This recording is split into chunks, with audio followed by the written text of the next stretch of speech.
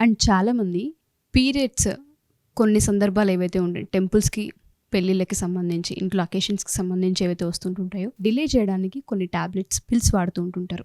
ఇది ఇంటర్నల్గా బాడీకి ఎటువంటి డ్యామేజ్ చేస్తుంది అంటారు? హార్మోనల్గా మనం చూసుకుంటే ఏమైనా ఇబ్బంది పడే అవకాశం ఉంటుందంటారా బాడీ? అసలు ఇది మంచిదేనా? చాలా చాలా బెస్ట్ క్వశ్చన్ అడిగారు అసలు. నేను ఓపీలో డైలీ 4-5 కాల్స్ వస్తాయి నాకు. ఆల్మోస్ట్ నా క్లయింట్స్ అందరి దగ్గర నా నంబర్ ఉంటుంది. మా చుట్టాల వాళ్ళ పెళ్ళి ఉంది, వాళ్ళ ఫంక్షన్కి వెళ్ళాలి, సత్యనారాయణ వ్రతం ఉంది, ఈ పోస్ట్పోన్మెంట్కి ట్యాబ్లెట్ చెప్పండి. మా దగ్గర ఈ ట్యాబ్లెట్ ఉంది, పోస్ట్పోన్మెంట్కి ఆల్రెడీ వాడాము, ఈ ట్యాబ్లెట్ వేసుకోవాలా వద్దా ఒకసారి చెప్పండి. ఇవి కనీసం 5 to 6 వస్తుంటాయి డైలీ నాకు మెసేజెస్, కాల్స్. సో ఈ పోస్ట్పోన్మెంట్ ట్యాబ్లెట్ అనేది మన ఈ పిట్యూటరీ యాక్సిస్ ఏదైతే ఉందో హార్మోన్స్, ఆ హార్మోన్ని బ్రేక్ చేస్తుంది అనమాట. ఆ హార్మోన్ యాక్సిస్ మొత్తం డీవియేషన్ అయిపోతుంది. మన హార్మోనల్ ఇంబ్యాలెన్స్ అనేది ఇంకా పెరిగిపోతుంది దానివల్ల.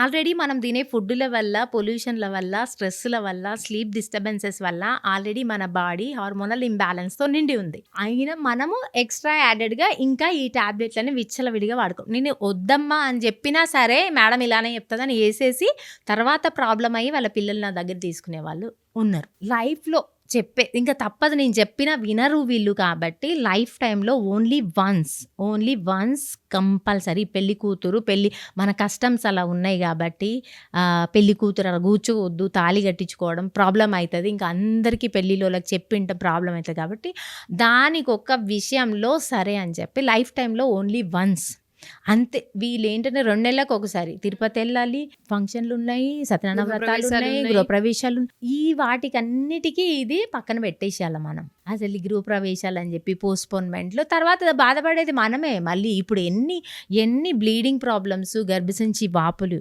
హార్మోన్ ఇంబ్యాలెన్స్ అయిపోతే వాపు వచ్చేస్తుంది, ఫైబ్రాయిడ్స్, యూట్రస్ వాపు వచ్చేస్తుంది, ఫైబ్రాయిడ్స్ వస్తాయి, ఎండోమెట్రియోసిస్ అనే ప్రాబ్లం, చాక్లెట్ సిస్ట్ అనే ప్రాబ్లమ్స్, ఇలా మొత్తం హార్మోనల్ ప్రాబ్లమ్స్తోని ఫ్యూచర్లో బాధపడాల్సింది మళ్ళీ మనమే. సో ఫ్యూచర్లో బాధపడొద్దు అంటే అసలు ఆ ట్యాబ్లెట్కి ఎంత దూరంగా ఉంటే అంత మనం కొంచెం టాబ్లెట్స్ అనేవి వాడొద్దు. నువ్వు పెళ్లి కూతురు అయ్యి పెళ్ళి అంతా క్యాన్సల్ అయ్యి డేంజర్ అయ్యే పరిస్థితి, ప్రాణాలకే డేంజర్ అయ్యే స్థితి ఉంది అన్నప్పుడు, తప్పదన్నప్పుడు లైఫ్లో 1 టైం ఓకే, అది కూడా కాంప్రమైజ్ చేసుకొని, నీ హార్మోనల్ బ్యాలెన్స్ని కాంప్రమైజ్ చేసుకుంటున్నాం దాన్ని. అది ఇంకా ఊరికే 2 నెలలకి 3 నెలలకి ఇలా అసలే వాడొద్దు.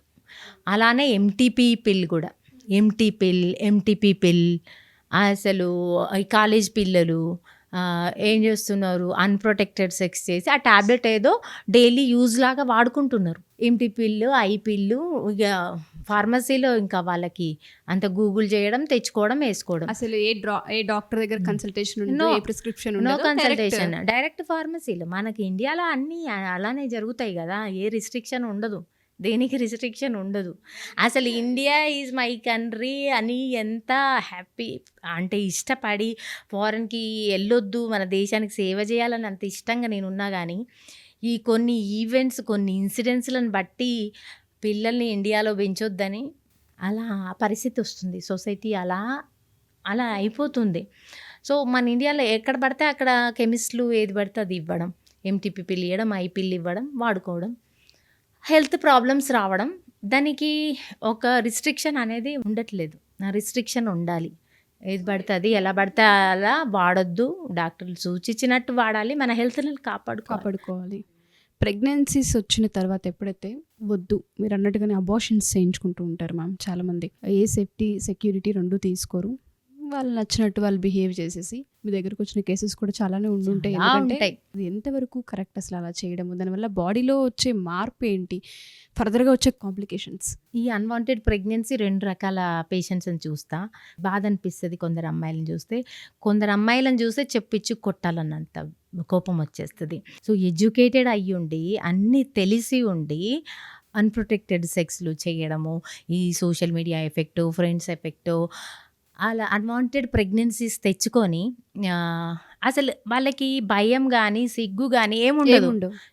డైరెక్ట్ వచ్చి ఎస్ వీ వాంట్ ఎంటీ పిల్, చూసేసి ఎన్ని వీక్స్ ఉంది చూసేసి ఇచ్చేయి, ఇలా అనే ఒక రకం. కొందరు మా హాస్పిటల్ అరౌండ్గా అన్ని కంపెనీస్ ఉంటాయి, లైక్ బీహార్ నుండి అట్ల నుండి వచ్చే పిల్లలు ఉంటారు. వాళ్ళని వీళ్ళు సుపీరియర్స్ వాడుకొని వాడుకున్న తర్వాత ప్రెగ్నెన్సీ అని ఆ సుపీరియర్ తీసుకొచ్చి అమ్మాయి ఒక మాట కూడా మాట్లాడదు, తల కూడా ఎత్తదు, ఇలా వంచుకొని ఉంటుంది. సుపీరియర్స్ వచ్చి ఇది అన్వాంటెడ్ ప్రెగ్నెన్సీ వచ్చి తీసేయండి. ఇలా ఈ 2 రకాల అన్వాంటెడ్ ప్రెగ్నెన్సీని మనం చూస్తూ ఉంటాం. సో ఈ 2 రకాల్లో ఈ సెకండ్ టైప్ అమ్మాయిలను చూస్తే బాధాకరంగా ఉంటుంది. అసలు వాడు ఎవరైతే ఉన్నారో వాడిని చాలా తిడతా, ఘోరంగా తిడతా వాడిని. మళ్ళీ ఒకసారి నా దగ్గర రారు ఇంకా వాళ్ళు ఒక్కసారి వచ్చారంటే. వాడేసుకుంటారు అనమాట. ఇప్పుడు వర్క్కి వచ్చారు ఇలా కూడా వాడేసుకోవచ్చు అని వాడేసుకునే రకాలు ఉన్నారనమాట. Parenting important. పేరెంట్స్ కన్ను వెయ్యాల, రోజు నా బిడ్డ ఏడబోతుంది, ఏం చదువుతుంది, ఎవరితో మాట్లాడుతుంది అనేది పేరెంట్స్ పట్టించుకోకుండా వాళ్ళను వదిలేస్తే మనకి ఇలాంటివి చూస్తూ ఉంటాం. ఇలాంటివి మళ్ళీ ఒక్కసారి కాదు, రికరెంట్గా మళ్ళీ వచ్చే ఎడ్యుకేటెడ్ అమ్మాయిలని ఇలాంటివి రావద్దంటే పేరెంట్సే స్ట్రాంగ్గా చూసుకోవాలి వాళ్ళని.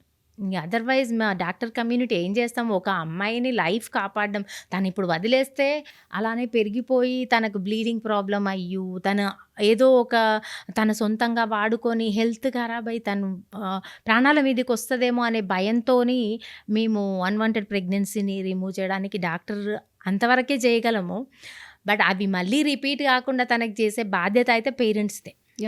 Doctor can not see regular monitoring అవన్నీ చేయలేం కదా. వచ్చినప్పుడు ఏదో మాట చెప్తాము, మళ్ళీ ఒకసారి కావద్దు ఇలా అని చెప్పగలం తప్ప అదంతా కూడా పేరెంట్స్ చూసుకోవాలి. ఒక పేషెంట్ 9 months మదర్ తీసుకొచ్చింది. తను హాస్టల్ కూడా కాదు, మళ్ళీ ఇంట్లోనే ఉంటుంది. 9 months అంత పెద్ద కడుపు కనిపిస్తుంటే 9 months వరకు ఏం చేస్తున్నావు అంటే, తెలియదు మేడం, పీరియడ్స్ ఇర్రెగ్యులర్ ఉంటాయి కదా అందుకనే చూసుకోలేదు మేడం, ఏదో గ్యాస్ నిండిందేమో అనుకున్నా. తను కూడా యంగ్ అమ్మాయి. ఎలా జరుగుతుంది అవన్నీ పేరెంట్సే కదా చూసుకోవాలి. ఇప్పుడు doctor can not monitor all those things. So parenting అనేది చాలా ఇంపార్టెంట్. అసలు పేరెంట్ దగ్గర నుండే మన సొసైటీలో చాలా చేంజెస్ జరగాలి. అప్పుడే మన ఇండియా ఏమైనా డెవలప్ అవుతుంది. ప్రతి పేరెంట్ తన బేబీలను పెంచేది ఒక బాధ్యత భుజాల మీద తీసుకోవాలి. అప్పుడు పేరెంట్ ఒక బాయ్ని కానీ గర్ల్ కానీ ఒక సొసైటీకి యూజ్ఫుల్ బేబీ లాగా పెంచాలి. తను అలా వదిలేసి వాళ్ళ పనులు వాళ్ళు, వాళ్ళ సంపాదనలో వాళ్ళు. సంపాదన ఇంపార్టెంటే, దాంతోపాటు బేబీ గ్రోత్ కూడా మనము ఒక కన్నేసి ఉంచి, ఒక కన్ను అటు ఉండాలి, ఒక కన్ను ఇటు ఉండాలి. అప్పుడే ఒక మంచి సొసైటీని మనము ఫామ్ చేయగలుగుతాము. అదర్వైజ్ సొసైటీలో ఇలాంటివి జరగడంలో ఏమాత్రం ఆశ్చర్యం లేదు. అసలు 9 months ప్రెగ్నెంట్ అయ్యి ఉండి తెలుసుకోలేనంత దాంట్లో ఉన్నారు అంటే అసలు ఏ విధంగా మనం చూడాల్సిన అవసరం? మార్నింగ్ నుండి పనికి వెళ్ళిపోతుందట, పౌదర్ వెళ్ళిపోతారట. సో బేబీ ఇంట్లో ఉంటుంది. అని ఇర్రెగ్యులర్ ఏమో నాకు చెప్పలేదు మేడం, పీరియడ్స్ గురించి కూడా నాకు చెప్పలేదు. ఆ బేసిక్ మినిమం కమ్యూనికేషన్ కూడా పేరెంట్స్కి తల్లికి ఉండట్లేదు. లేదు. ఆ అటాచ్మెంట్ లేనప్పుడు ఇలాంటివి రిపీట్ కాక ఏం జరుగుతుంది? అది ఆలోచించుకోవాలి. ప్రతి పేరెంట్ ఆలోచించాలి. ప్రతి పేరెంట్ బాధ్యత. ఒకళ్ళ కొడుకుని మంచిగా పెంచడం, ఒక తల్లిగా తండ్రిగా బిడ్డని కొడుకుని, అసలు పాప పుట్టారా బాబు పుట్టారా ఆ తేడా కాదు. ఫస్ట్ మనం పిల్లల్ని ఎలా పెంచుతున్నాం. నేను డెలివరీ కాగానే పేరెంట్స్కి ఇస్తాను కదా, బాబు అనగానే హ్యాపీ ఫీల్ అవుతారు, పాప అనగానే బాధతో పెట్టేస్తారు ఫేస్. సో అది కాదు మనం చూపాల్సిన తేడా. మనం మంచి పిల్లల్ని సొసైటీకి అందిస్తున్నామా లేదా, మన బాధ్యత మనం నిర్వర్తిస్తున్నామా లేదా, అది ప్రతి పేరెంట్ చూసుకుంటే ఖచ్చితంగా మన సొసైటీ బాగుపడుతుందని నేను ఆశిస్తున్నా. పేరెంటింగ్లో చాలా గమనించాల్సిన అవసరం ఉంటుంది. అండ్ ఎవరైతే లగ్జరీస్కి అలవాటు పడి ప్రెగ్నెన్సీస్ తెచ్చుకొని, అన్వాంటెడ్ ప్రెగ్నెన్సీస్ తెచ్చుకొని వచ్చి కొంతమంది డబ్బులు ఇస్తే చాలు చేసేస్తారన్న కోవలో కొంతమంది ఆడపిల్లలు వెళ్ళిపోతూ ఉంటుంటారు.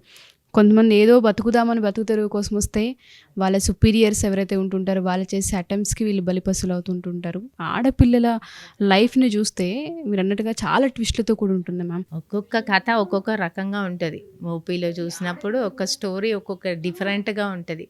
అత్తలతో బాధపడే వాళ్ళు, సొసైటీతో బాధపడే వాళ్ళు, వర్క్ ప్లేస్లో బాధపడే అమ్మాయిలు, రకరకాల ఇబ్బందులతో ఉంటారు. ఆడపిల్ల తన బాడీ విషయానికి వచ్చేసరికి ప్రతిదీ మైన్యూట్లో చూడాల్సిన అవసరం ఉంటుంది. బ్యాడ్ టచ్, గుడ్ టచ్ ఏంటి అన్న వాటిపైన కూడా వాళ్ళు ఎప్పటికప్పుడు అవేర్నెస్గా, కాన్షియస్నెస్గా ఉండాల్సిన అవసరం ఉంటుంది. చిన్నప్పటి నుండి కూడా ప్రతి మదర్ అండ్ ఫాదర్ రెస్పాన్సిబిలిటీ ప్రతిదీ ఎక్స్ప్లెయిన్ చేయాలి పిల్లలకి. ఒక జెనైటల్ ఆర్గాన్స్ గురించి కూడా వాళ్ళకి అవగాహన రావాలి. ఒక సెక్స్ అంటే ఏంటిది, టచ్ ఏంటి, బ్యాడ్ టచ్ ఏంటి, గుడ్ టచ్ ఏంటిది, ప్రతి ఆర్గాన్స్ మీద. ఇప్పుడు ఒక డాక్టర్ ఉంటాం, మాకు నేకడ ఒక పేషెంట్ని చూసినా మాకు అట్లాంటి ఫీలింగ్స్ అవి రాదు. ఎందుకు రాదంటే దాంట్లో ఏం ప్రాబ్లం ఉంది, తనకి ఏం పెథాలజీ ఉంది. మేము ఓపెన్గా ఒక మేల్ డాక్టర్ కావచ్చు, ఒక ఫీమేల్ డాక్టర్ కావచ్చు, చూసినా కూడా అట్లాంటి ఫీలింగ్స్ రావద్దు మాకు. ఎందుకు అలానే ప్రతి బేబీ పెరగాలి అంటే మాకెందుకు అలాంటిది రాదు డాక్టర్స్ ఎవరికి కూడా? ప్రతి ఆర్గాన్ గురించి తెలుసు, ఈ ఆర్గాన్ ఈ పనికి ఉంది, ఈ ఆర్గాన్ ఇలా వాడుకోవచ్చు అనే ఒక అవగాహన ప్రతి ఒక్క మనిషికి ఉండాలి. స్పెషల్లీ ఇండియన్ మెన్కి ఖచ్చితంగా ఉండాలి. అంటారు అమ్మాయిలు డ్రెస్సులు సరిగ్గా వేసుకోలేరు కాబట్టి రేపులు జరుగుతున్నాయని. అది కాదు, అమ్మాయి నేకుడు కనిపించినా నీకు ఆ ఊహ రావద్దు. ఎందుకు వస్తుంది? ఆ ఊహ వస్తేనే నరికేస్తారనే భావన రావాలి వాళ్ళకి. ఆ ఊహ రాదు. ఎందుకు వస్తుంది? డాక్టర్స్కి వస్తుందా? ఎక్కడో ఎగ్జామిన్ చేస్తాం, బ్రెస్ట్ ఎగ్జామినేషన్ చేస్తాము, ఏ డాక్టర్కి ఆ ఫీలింగ్ రాదే? నేకుడుగా ఉంటారు డాక్టర్ ముందరు, రాదే? ఎందుకు రాదు? నీ మైండ్ సరిగా లేదు. ఫస్ట్ నీ మైండ్ వక్రంగా ఉంది కాబట్టి అలా వస్తున్నాయి. నీ మైండ్ చక్కగా అయితే అట్లాంటి తప్పులు జరగవు, ఇట్లాంటి రేపులు జరగవు. అమ్మాయిలంటే పేరెంట్స్ భయపడాల్సిన ఆవశ్యకత ఉండదు.